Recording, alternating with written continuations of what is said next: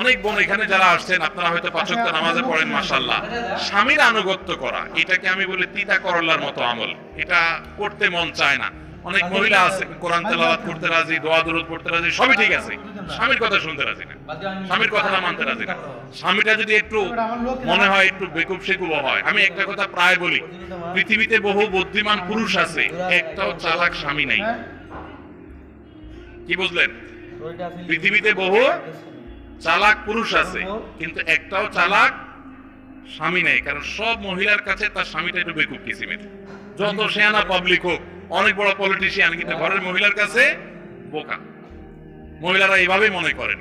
তো শয়তান তাদের কাছে এমন ভাবে এটাকে তুলে ধরে যে তারা স্বামীর আনুগত্য করতে চান না, মানতে চান না, যে সে বোকা, কি মানবো তার। এটা আমাদের জন্য একটা অ্যাসিড টেস্ট। বিশেষ করে আজকের এই জোয়ার যখন চলছে, ইমান বিরোধী জোয়ার, গোটা বিশ্বে নানা ভাবে প্রপাগান্ডা চালানো